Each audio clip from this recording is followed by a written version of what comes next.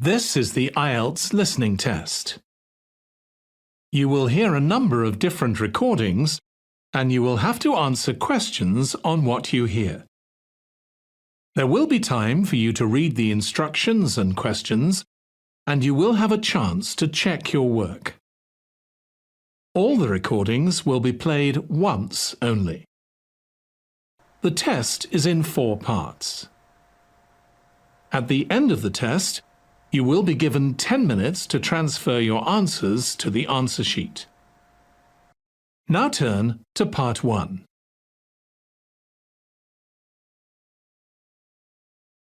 You'll hear a telephone conversation.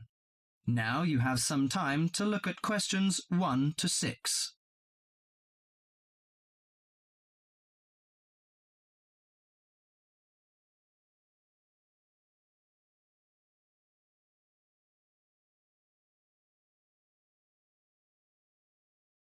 Listen to the conversation and answer questions 1 to 6. Good morning, Country Comfort Albury. Oh, hi. I'd like some information, please. I'd like to find a double room to stay for the weekend. What kind of rooms do you have? Well, we provide a variety range of accommodation depending upon your likes. The guest house room costs $45 per night. It provides air conditioning and shower, and a waterfront room costs $80 per night. It has got its own balcony overlooking the foreshore of the lake. We've got a kid. How do you charge for children? Extra bedding is available if you require that. If the kid is aged 12 and below, the cost is $10 per night for the guest house room and $15 for the waterfront room. Do you have a swimming pool, tennis court or something like that? Yes, we've got a swimming pool which is free for all the guests, but the tennis court charges $8 each hour, including the rent of rackets. How about other facilities? We provide free off-street car parking and internet access. We also installed in-house movies, but that costs $4 per hour. Oh, we don't think we need that. Because of the kid, you know. We don't want him to see movies on the weekend. Well, we also offer ironing equipment in the room. That's useful, I think.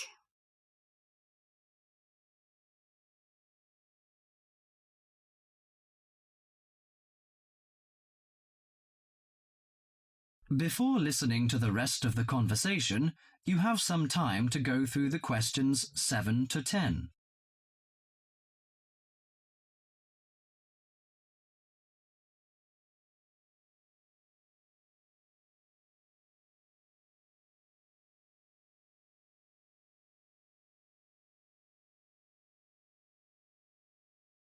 Now listen to the last part of the conversation and answer questions 7 to 10. Great! Could you tell me the address? How do we get there? Yes, it's Country Comfort Albury, Albury, at 648 Dean Street, New South Wales. 648 Dean Street, Dean, is that right? Yes. Well, I wonder what activities are available there in this season. You know, we want to have an indulgent weekend in the boring winter. Oh, you'll not get bored here. You know, Albury is the perfect base for alpine skiing. Besides that, winter's frosty alpine air encourages walks through mist-laden valleys. You can walk alongside rushing streams and waterfalls. After returning to the warm and comfortable lounge, you can sit by the open fire. I think this is the ideal time of year to nourish your body at the Salus Spa. The idea of skiing doesn't appeal to me very much, but it sounds good to have a relaxing walk through the valleys. Maybe after that, I'll have a massage and some soaking in the spa. And you know, this hotel is perfectly located in a quiet position off the main highway in central Albury. It's within walking distance of licensed clubs, restaurants, shops, and the central business district. It's known for its excellent cuisine and warm Australian hospitality. Good. It's a good idea to taste the tasty dishes in one of the restaurants. My wife may be interested in shopping. She's always keen on that. I think I'll contact you later. Thank you very much. That is the end of part 1. You now have half a minute to check your answers.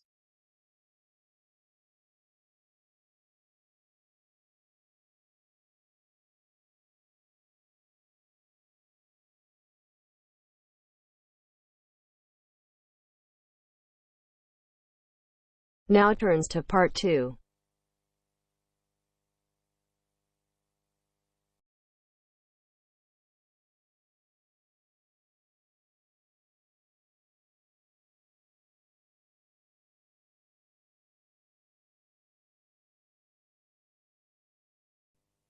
You will hear a tour guide talking to a group of tourists who are visiting a historic town on the east coast of the USA.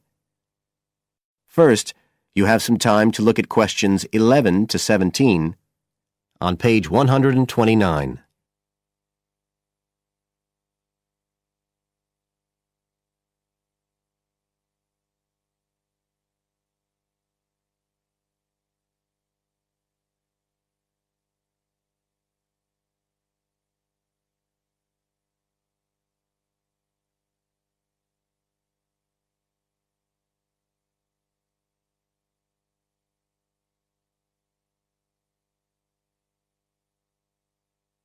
Now listen carefully and answer questions 11 to 17.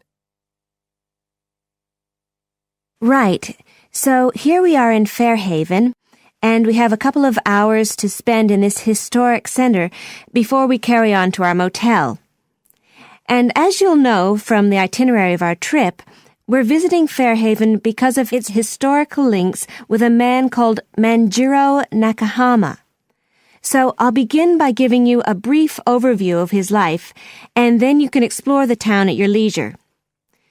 Well, Manjiro Nakahama, as he was then known, was born in 1827 in a village by the sea in what is now Toshishimizu in Japan. And like many people in that town, he became a fisherman when he was just a youngster. One day in 1841, when he was just 14 years old, he and some others were fishing far off the coast of Japan when they were caught in a storm and shipwrecked on a small deserted island.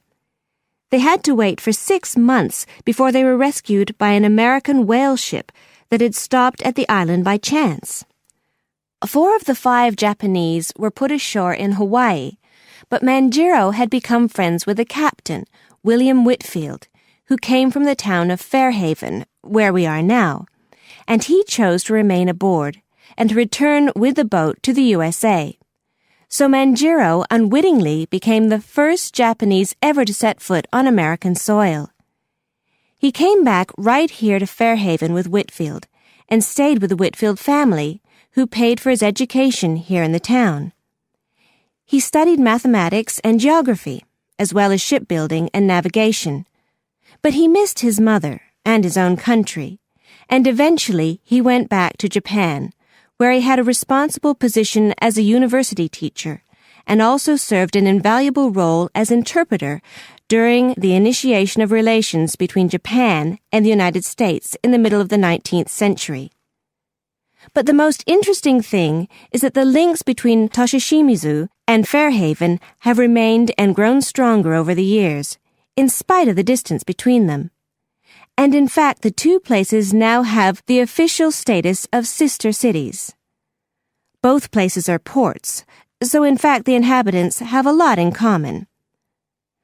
There have been a number of visits by the inhabitants of Toshishimizu, in particular at the time of the festival, which is held every 2 years here in Fairhaven to celebrate the life and achievements of John Manjiro.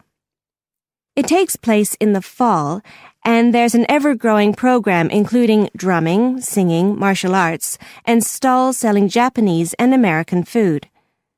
So if you're going to be in the region around then, it's really worth a visit.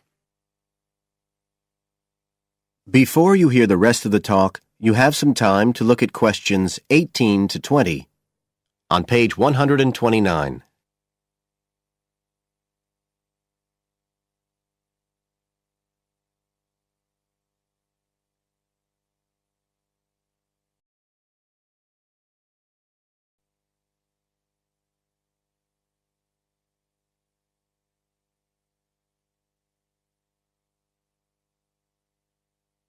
Now listen and answer questions 18 to 20. Now, many of the buildings that Manjiro Nakahama knew in Fairhaven are still standing today. And so if you'd just like to hand round some copies of this map, I'll suggest the best route to follow to see them. Okay, so if you look at the bottom of the map, you can see the Millicent Library, and that's where we are now. Now, to follow the John Manjiro Trail, you go out of here along Center Street and then head up Main Street until you get to Pilgrim Avenue. Go down there and turn right at the end. Go straight on, and just on the corner with Oxford Street, you'll see a 2-story house. This is the Whitfield family house, and this is where Manjiro first stayed when he came to Fairhaven. It's still a private residence, so please respect the owner's privacy. Okay, now if you carry on along Oxford Street, then turn left at the end, you'll come to North Street. And about halfway down there is what's known as Old Oxford School. This was the very same school that Manjiro attended when he lived here. It was considered to be the best school in town because of the quality of the building. Unusually, it was built of stone, and the quality of the teaching. Nowadays, it's usually closed, except on special occasions. Go on to the end of North Street and turn the corner onto Adams Street. If you follow the road down back towards the library, you go round a couple of sharp bends, and on the second of these, you can see the School of Navigation, which Manjiro also attended. And if you follow the road on, you'll soon find yourself back here at the library. And I'd suggest you spend some time looking round that too, if you have any time left. Right. Now, does anyone have any questions? That is the end of part 2. You now have half a minute to check your answers.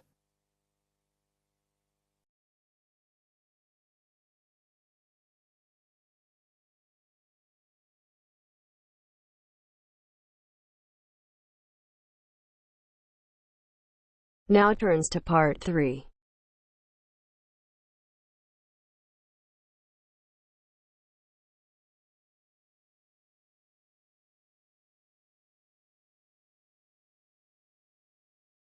Mr. Jackson, who feels that he is physically unfit, is consulting with his doctor about his health condition. Before you listen to their conversation, you have a chance to read questions 21 to 24.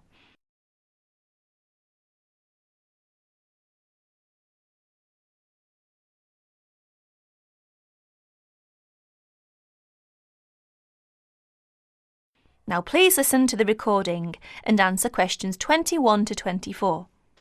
Well, Mr. Jackson, the first and important thing I have to tell you is that there is really nothing seriously wrong with you. Physically, that is. My very thorough re-examination and the analyst's report show that basically you are very fit.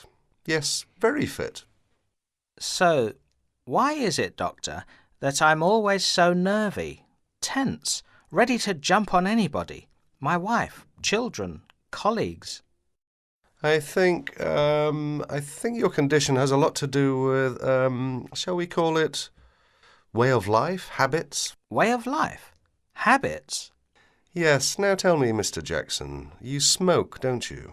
Yes, I'm afraid I do, Doctor. And rather heavily, I imagine. Well, yes.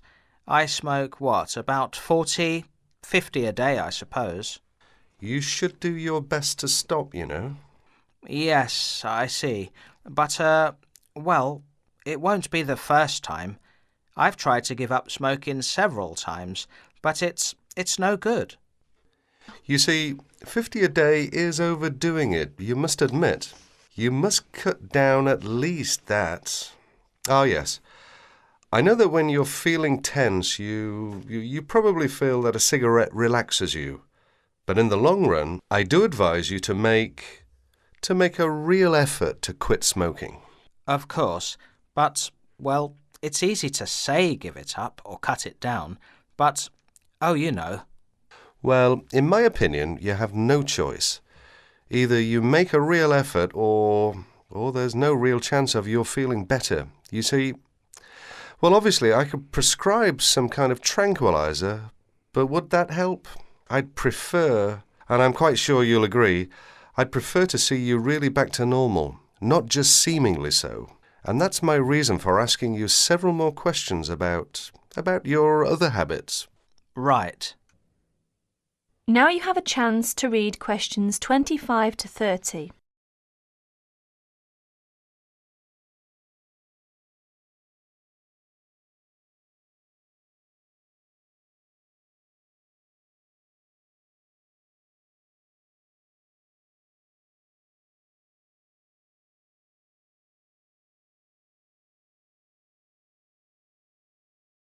As you listen to more of their conversation, answer questions 25 to 30. Your eating habits, for example. What do you eat normally, during a normal day? Yes, well, I'm a good eater. Yes, I'd say I'm a good eater. Now let's see. Up at 8 in the morning, and my wife has a good breakfast ready. A good breakfast. The usual. A cereal followed by bacon and eggs with fried bread and perhaps a tomato or two. Then toast and marmalade, all washed down with a couple of cups of tea. Yes, I really enjoy my breakfast. Yes, I can see you do, but I'd advise you to eat rather less. We'll come to that later. Go on. Then lunch. No, first brunch. A cup of coffee and a bun at 11. Lunch has to be quick, because there's so much to do in the office about that time, so I have a pint and a sandwich in the pub. All very hurried. Try to be in less of a hurry. But I make up for it in the evening. I get home at about 7. Dinner's around about 8. Yes, my wife's an excellent cook. Excellent. It's usually some meat dish, and we like spaghetti as a first course. Spaghetti, a meat dish, cheese, sweet.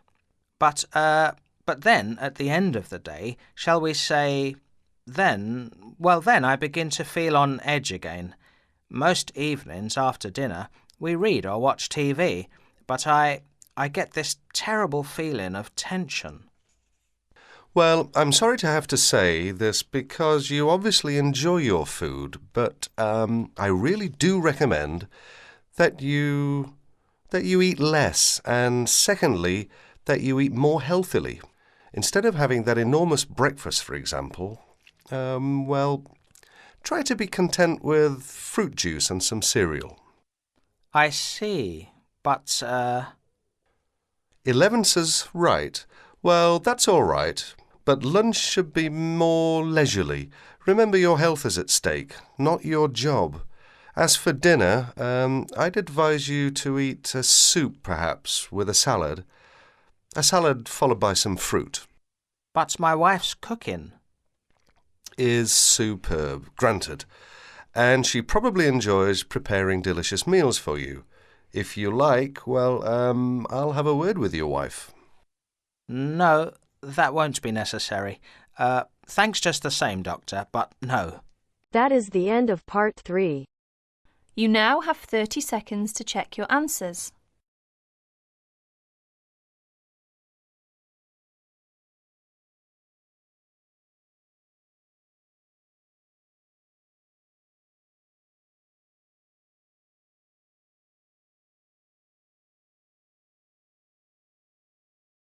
Now turns to part 4.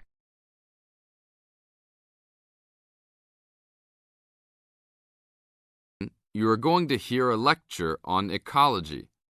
First, you have some time to look at questions 31 to 35.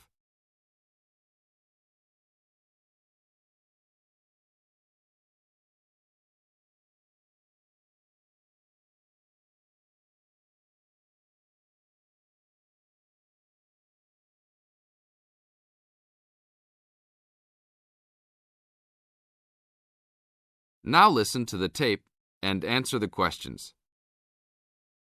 Good afternoon. I'd like to turn it over to Dr. Carey, who will talk about the programme in restoration ecology. Thanks, Chris. A lot of people think that human beings can do whatever they want to the environment. But as Aldo Leopold taught, land is a system of interdependent parts which should be regarded as a community and not a commodity.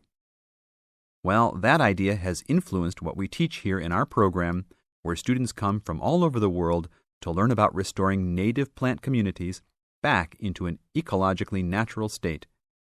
This field is therefore a combination of formal science with practical applications, and that is quite attractive to many people. We have students, for example, from many different nations who come just to take part in this unique program. Our location is also quite unique.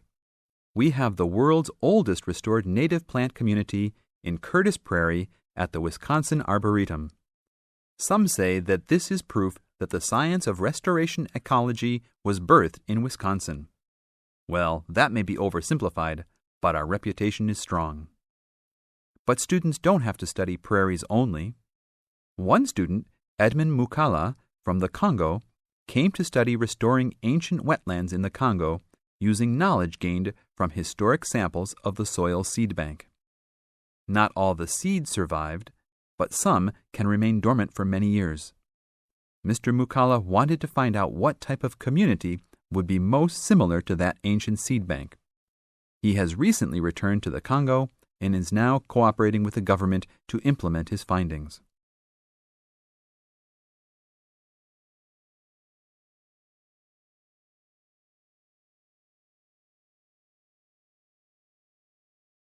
Now look at questions 36 to 40.